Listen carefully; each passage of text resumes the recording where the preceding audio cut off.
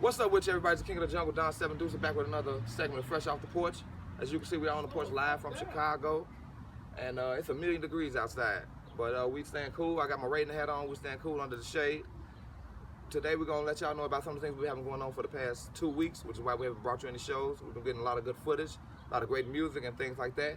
Gonna bring you some footage from the open mic that we did a week back. Also, we did some live poetry as well. Also, we'll give you some footage from one of the live cyphers that we did, and also I'm gonna give you some footage from the competition that my boy had when he went to the sectionals at his school. So just sit back and relax. We'll give you a lot of that. Also, gonna let you hear some of the new music we've been working on, beats and things of that nature from our artists, and just a couple more topics, and just just talking and sitting out here on the porch. And we're not going in because it's, like I said, 1,000,000 degrees outside. So we're gonna chill out here today. So y'all sit tight, and we'll be back in a few ticks. Okay, yes, and we're back. How y'all doing? Now on our next footage, I'm gonna give y'all some of the next clips is gonna be of my boy, my son, Jimmy, William III. You're gonna see some of the footage from his competition that he did when he went to sections. He did fantastic. He was able to go to sections because he qualified in 4 events as a sophomore. He qualified in the high jump, the long jump, the triple jump, and the 200 meter.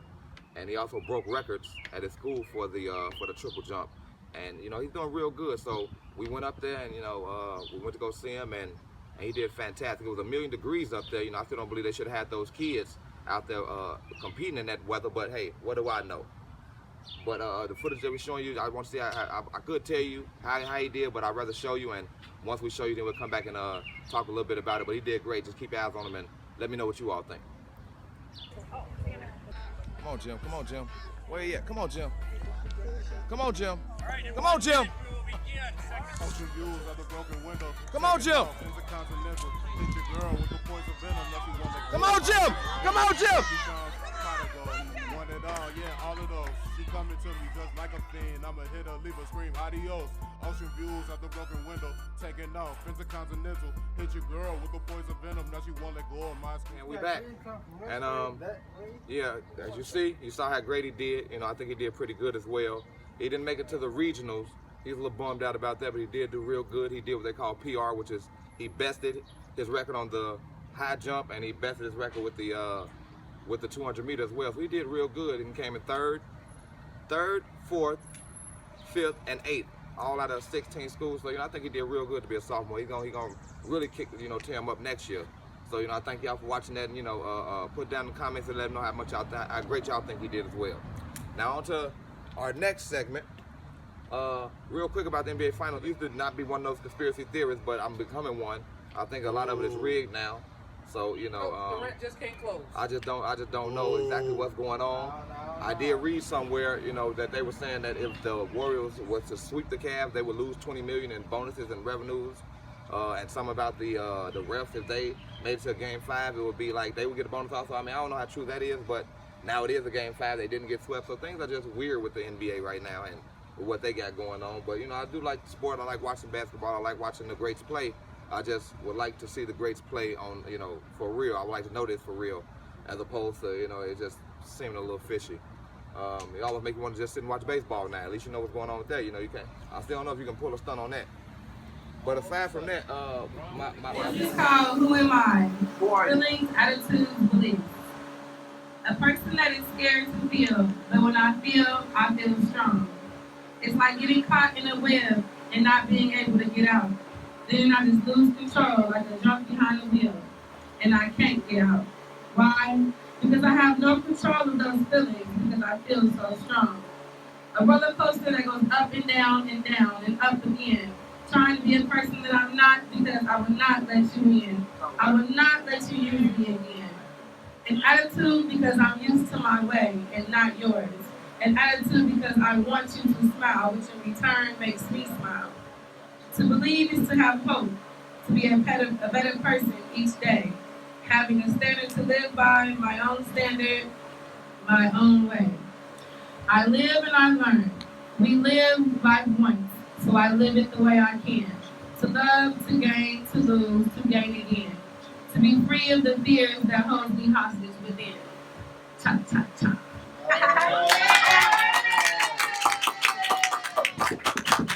I got one.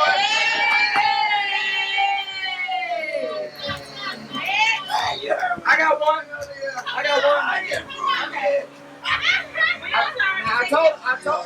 He already win. Now I told him for me.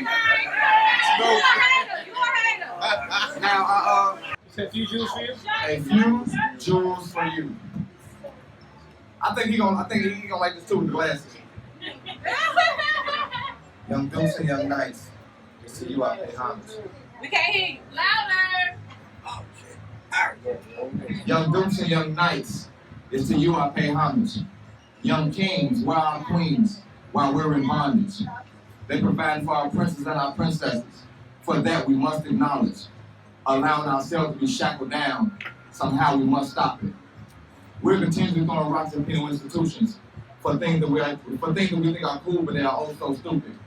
Putrid is the only feeling that comes to mind when I look in our history books and I try to rewind what our ancestors went through so that we can survive, and the things we're throwing all away for big rims and wine. Back in the day, a lot of young brothers locked up, unless they were fighting for their rights or equality and such. But nowadays, it seems routine to see a brother in cuffs, allowing ourselves to be confined. And I mean, for what? You want to know why we see so much play in Haitian? Because we are a naturally intelligent, God-gifted association. But they want to call us niggas and try to assassinate our characters, decompose our minds so they can do whatever. Never did they think that the minority could become the majority and start our own institutions, fraternities, and sororities. Make fun for the needy, change the minds of the greedy, and make a way for our young to become succeeding. In all of their ventures, be it sports or entertainment, or be it in the courtroom, constructing an arraignment, to bring the wrongdoers in the court and let the right ones live. Same way we've been trying to do for over 500 years. Tears come to my eyes and I think of what they went through, and the things we're throwing it all away for fine girls and group, big rims and blocks. I mean, when will this shit stop?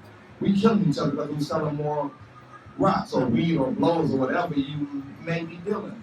When we should better ourselves, connect and be ready and willing to change and make lie out of certain people and show that we can overcome the unjust people and prove that we are smarter, stronger, and more productive and make better of this world than of mass destruction. Busting out of these schools with bachelors and masters and turn over the grave with the old slave masters. Proving that bringing us on those ships was the worst mistake they ever made. Because now we are smarter, stronger, bonding, and getting paid. We must remember such names as Martin, Malcolm, Medgar Evers. Miss Sojourner Truth, when she spoke to whomever, would listen to her cry, would hear her plea, when she would ask God why is the world against me. Will things ever change? Will the right be done? Will our people ever overcome rape, the war, the killings of kids? Will there ever be equality for our kids? If so, give us a sign and show us the way. And I promise we will make happen that glorious day. Amen.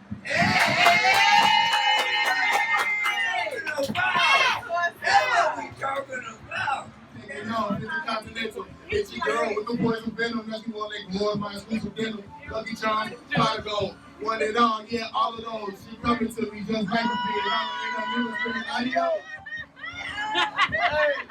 Hey, cut. Go crazy, man. Cut. And we're back. So, yeah, I would appreciate y'all checking out that footage that we just did our open mic. And also the spoken word that I did, me and the young lady, she's one of the owners of the club, and like I told her, she did an open mic, I would do one as well. So, you know, we just trying to mingle and come and congregate with one another. We also book that every Thursday. So like I told y'all earlier, if you want to be a part of it, or if you just want to come there and support us and everything, you know, hit us up in the comment box or in the message box and the inbox, and we'll tell you exactly where we at and what time we'll be there. But it's every Thursday, and also we got the open mic here for the cipher every Tuesday. You know, we'll have one of mine again. You can come in, it's at 8 o'clock, you can come in, you can hit us up in the message box and see where we're gonna be at or where it's at and see how you can be a part of it. Whether you wanna come and get your spit or you just wanna come and watch and support. Either way, you hit us up and let us know, and you can definitely are more than welcome to come. Now, we got a couple artists here from Royalty Productions. One of them is Jeremy, and the other one you just saw on some of the footage that you just watched, Prince K. And, you know, they're just gonna talk to you about some of the stuff we're doing. We got 2 more artists on our label. G Millie and 2 Flea, they both out working right now doing their thing. You know, everybody out working. We all trying to mix and mingle, put everybody everywhere. We're gonna start flooding y'all real heavy with a lot of this music and footage and things like that.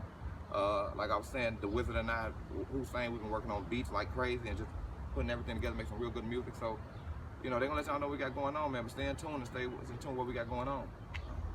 Yeah, definitely, man. I don't even really gotta say too much. Just shout out to Flea. We definitely got a lot of music coming soon, man. New wave. Oh yeah, shout out my boy Millie too, man. A lot of shit, man. Shout out Retro. And we just got a lot of good music about to come y'all way, man. And that is, man. You know, we just flooding that way, flooding that way, flooding that way. Y'all like it, man? Just start liking them, commenting, sharing them, letting us know how y'all feel, man. We get the buzz is starting to get bigger. People starting to hear and listen to us, and we appreciate it. Just, you know, start spreading the word and let you know y'all like us, keep promoting us, man, and we'll keep on flooding y'all with everything that we got. We'll be back from that. My good friend right here, an artist, Prince K, was just sitting there talking about Chicago and the plight of Chicago and some of the issues of Chicago, as we always do, you know. And this is one of the topics where you just, you know, want to hear what people feel about, you know, the city and, you know, where it's came, where it's going, where have you seen it at one point in time and where it's going now, and, you know, where you hope it could be and where you hope it could go and things of that nature. Me personally, I come from when, I was born in the 80s, I come from when it was a little messed up, but I also have seen great things and good neighborhoods and stuff like that. You know, I went to great schools. I've been a part of some just a part of great things out here in this city. So I know it's good stuff going on. I've also seen crazy stuff going on. More recent, of course, there's been a lot of crazy stuff going on, and, you know, a lot of killings and heinous crimes and people that just are out for themselves or what have you. And I always try to figure out. I always try to, you know, find a way to help it, or at least help some today, help some kind of way today, and see what we can do tomorrow. And Exactly. Prince K was over there talking about the same thing. You know, what happened, and, you know, where did Chicago go? I don't necessarily think it's just, you know, it's all of Chicago. It's just certain parts. Certain parts is just, you know, certain parts are messed up, but it's not all of Chicago. When you look how big Chicago is, it's only a very small part of Chicago that's messed up. It just happens to be the parts that we inhabit. Exactly, because, you know, people through the cities all messed up and stuff like that, and it's not even like that. It's certain areas. The city is very segregated. Well, it is one of the most segregated cities on the planet. You know, Dr. King said that years ago, that Chicago, you know, he's been all over the country, including the South, and Chicago's the most segregated place he's ever been to. And by me, you know, living in other places in the past, just recently in the past few years, I can also agree with that. We are segregated. It's like the blacks are here, the Mexicans are here, this, that, and other. But I mean, it's but that still don't answer the question, because the crime and some of the violence that's going on is still that particular race on that particular race. You know, it ain't a lot of blacks going over and getting towards the Mexicans or vice versa. It's like black on black crime or Hispanic on Hispanic crime. It's not really like, you know, it's not cross, unless we talk about the police and what the police are doing with, you know, just any and everybody throughout the city. It's not, you know, it's not a racial thing as far as one race to another. We are pretty much doing it to each other. That goes on, you know, we talk about this topic all the time, but you know, there things like that go on, and crime and stuff like that. How can I put this, man? Yeah, how can I put this? We put this the best way I can, man. But a lot of crime goes on and stuff like that. That's one of the arguments people like to use, and black on black crime and things like that. But, you know, as I've told you before, crime gets racialized and things like that. There's a lot more crime that goes on. They just want to publicize what happens with us and shine us in a negative light and show us as negative as possible. I agree with that. I agree with that to an extent. But you live here. I'm not talking to somebody who is in another state and watching Chicago and just saying, "Oh man, it's crazy, it's crazy." You live here, and I live here, and we see the stuff that does go on that our people do to our people. Now, yes, you know, I'm an activist as well. I speak out on a lot of things that go on, and, you know, I'm not one of those people that, oh, well, we got to stop this first. Because if I see any kind of injustice going on, I speak out against it. So, you know, I know the cops, and I know there's certain people in position that are making it bad for us. But what about us making it bad for us? That's definitely, we know that's happening. That's definitely one of the problems. We're definitely not unified at all. We don't our community doesn't have any unity. We don't show each other any type of love, and a lot of that is due to the situations that we've been put in, the environment that we've been placed in, and the oppression that we're facing. And then we'll get into it, just like how we're talking about this now. There is a certain level of accountability that you have to take, because, well, we're talking about this, but what are you doing? You have to be the change that you want to see. True. type stuff. So of course, on some level, you do have to take into account, but you really knowing what's going on with you, what's going on with your community, and knowing how you got here is important because that's going to help you with all that and help you get out the best way that we can. I agree. So you want to get you want to teach history and teach and let the people know where we have been before and where we can get to again. Because Bronzeville was and I hate the fact that we always just point out the one particular community, but Bronzeville was a very vibrant community for us. And then somewhere along the line that went down the drain. It was a lot. Bronzeville, Rosewood. There were many others. Inglewood was great. Inglewood was successful. Inglewood wasn't terrible. I come from Inglewood. It wasn't terrible, but somewhere along the line it got terrible. Now, yes, we could say the man or oppression or things like that. Yes, I'm not disputing any of that. I'm not disputing any of that. But we all still have brains. And we all still chose to do certain things that put us in those positions. Some of us. I mean, yeah, some people. But then, if the circumstances were right and we weren't put in these positions, those choices wouldn't even be there for us to choose. True, but just like our past would be completely different without even getting too preachy and stuff like that. No, I'm with that. But we also know just like there's certain things that certain people are taught, certain races are taught, certain organizations or whatever are taught from a very, very young time or early age or early stage in their career or life or whatever. We were taught always that we got to fight at least 2 or 3 times hard. We've been taught that since we was little. So now that we get older and see that we got to fight, but now that we get older and we see the fight, some of us don't do the fighting. We've been bred to this method that we already start right here. We already start at a disadvantage. People that have had some type of positive influence in their life have heard these things and stuff like that. As we all know, there are wolves out here. And people that are just completely messed up, whole families messed up, they're not getting any type of positivity at all. So they've never even heard what you just I hear that sometimes because I say that to some people and it seems foreign to them. But I've always been motivated. I've always been motivated from the people in my family, even the people even the people who wasn't doing as best as they could be. They always motivated me, motivated my brothers. We always motivated each other, so it was never, it was always you have to do that. But they also let us know they wasn't naive and they wasn't sugarcoating with us. You gonna have to fight even harder. You have to fight. I went to De La Salle, a private Catholic school. I had a scholarship to go there, high school. And they told me I had to fight harder to get my scholarship, and I did. I had to fight harder to be into the school, and I did. But it wasn't never. They never told me I couldn't or you shouldn't. Now I had a teacher one time who told me I couldn't. So much that she wouldn't even sign the form recommendation. Okay. She wouldn't sign my recommendation because she was in that box. Them people ain't gonna let you be at that school in the Navy. They won't ever give you that scholarship. I don't care how smart you is. She wouldn't write me a recommendation. But if somebody else wrote me a recommendation, a couple other people wrote me one, I went and took the test, and I aced the test. They gave me the scholarship, and I got into De La Salle. But so I know it's people that will put you down, and that was a teacher. But I've always had people around me that have motivated me. But because of that, that's what we have to be to these people now. These kids now coming up. People your age. Exactly. You got to be a motivation to them or let them know what's going on. Because if we don't and we just either bitch about it or don't say nothing, they're going to grow up and it's still going to be messed up. So we got to do something. Especially.